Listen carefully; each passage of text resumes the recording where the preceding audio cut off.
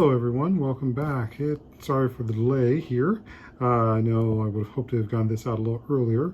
Sadly, the Thanksgiving holiday found me having a migraine that took me out of commission for a day or two and threw plans off. But let's go ahead and get the spirits in and see what the month of December has for us, as well as the period of the winter solstice, which happens this month, as we switch from fall into the winter and into the cold for those of us in the northern hemisphere. For those in the southern hemisphere, I hope you have a wonderful summer.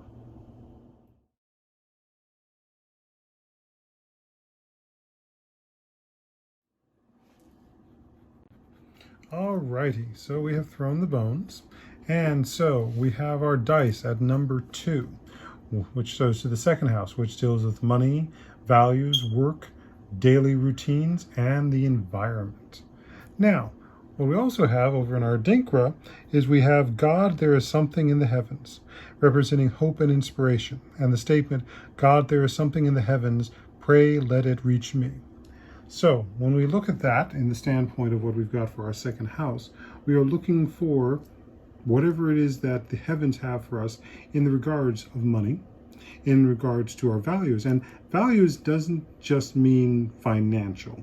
It means physical, it means emotional, it means mental as well as spiritual. And we are again, and I shouldn't say again, have not yet exited a time where our values are not being questioned and assessed. Now, the same thing goes with our work, because there are those who would say that those who are seeking to change certain rules and rules that we function with, that is their work and they have value to it. Nor the aspects of what do we find with our daily routines and what do we find in the environment. All things that are very much flowing very apparent right now in the world around it. And we are looking to see what it is that are in the heavens for us, especially around these topics, which are, again, very much at the forefront because of so much that has happened in sort of dealing with living with COVID, living with those who believe in authoritarianism, or at least they don't want to consider that what they're believing in is authoritarianism, but it ultimately is. So, what do the bones have to say? What do the ancestors have to say? Well, we have 2 sets here because it just sort of branches off. And on this side over here, this one is work. These 2 are social and home. Now, the winter solstice is also a very big time for us to celebrate winter, the middle way through the long dark, but also that time with connection to people. And the fact that the family/social bone and the home bone are here next to each other. They're running in parallels. And they come in contact with the quartz piece, our copper piece, which is our connection to spirit. And the spirit one is connected much more to the social, or I should say, to the home bone, actually. That's the social bone. And it again brings up is what is the home that we are making here on earth? Not just of a physical sense, but emotional as well as spiritual sense. Because again, that thing that is waiting for us in heaven, that aspect of that inspiration and hope needs a home when it comes to earth to be able to be. Otherwise, it just needs to go into heaven or just dissipates. So how are we creating that home for us? How are we creating that home for our friends and for our families? And especially when there are those who see their homes counter to what the rest of us see. And that's also represented here by our shell. It's about the outside. It's about dealing with those energies and forces that come from the outside. We are dealing very much in this next month and in this next time and the end of the calendar year with the questions about who and what we are as people. And how are we valuing money? How are we valuing our values of who makes part of our lives grow and tick and be wonderful, versus the idea that we are spending so much collective energy or even individual energy dealing with the memories and thoughts of the pain that others have caused us. And I say this too, not just because of the work I do as a therapist, but because of also struggling with my own issues. As I worked with a client today, we discussed the aspect of the trauma that he witnessed done by step-parents to family members.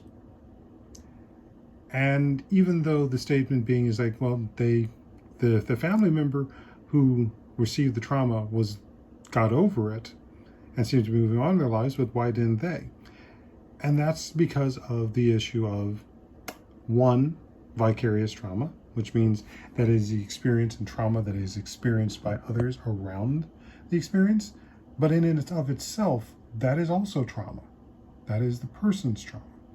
That has been the aspect of their values as well as their vulnerability has been brought into question.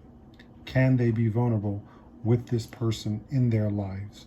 And even the recognition of what that vulnerability has just been costed or broken. All of that is an issue that comes up. And that's part of what the issue with how we are forming the home that we are in, the home that we are allowing and making for spirit.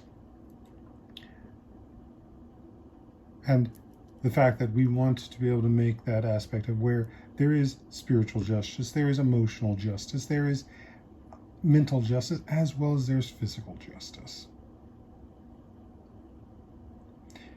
All of that is at play when we look at our senses around money, our senses around our general values, our senses around our work, because we don't want our work be done in vain. And work is not just what we do to pay the bills, it's what we're doing, bringing life into the world in its multitude of forms. So when we go over here to the work bone, which is also here next to the quartz, it's a memory. It's talking about the memories of why we are doing our jobs, why we are here. And again, not just what we're doing physically for the money to pay the bills. What are we doing in the rest of the world? What are we doing to make a space for the rest of the world? And what is that inspiration that comes with it? So we have the broken rib bone here over at the edge, which is showing the support and such that's there, but it takes a bit. Equally, we have the other broken in, the one that looks more like a dagger or a shiv, and it's at the edge.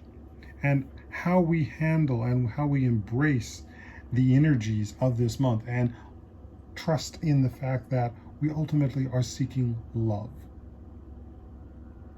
That we are ultimately seeking to make that home for that which is in heaven. This will always remain at the edge. This can be pushed out. So we want to be able to open to that and know that that is with God. That it is with that which creates the universe. That's with the ancestors and the Rishas and Loas. But that does not mean that we do not need to shield ourselves. And that we do not need to be non-vigilant around us.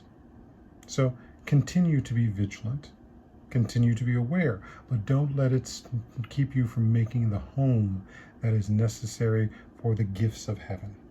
And they will come in many forms, some in the form of money, some in the aspect of people supporting your values, some in the aspects of what you do for work and what you put out into the world.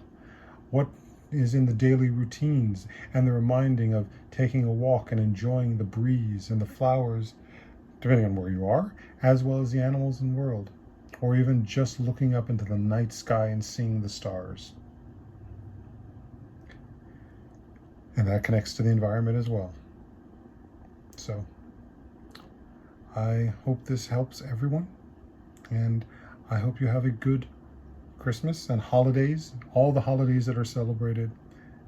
And we'll see you at the end of this month for the January readings and the reading for 2022. Be well, be blessed. Ashe.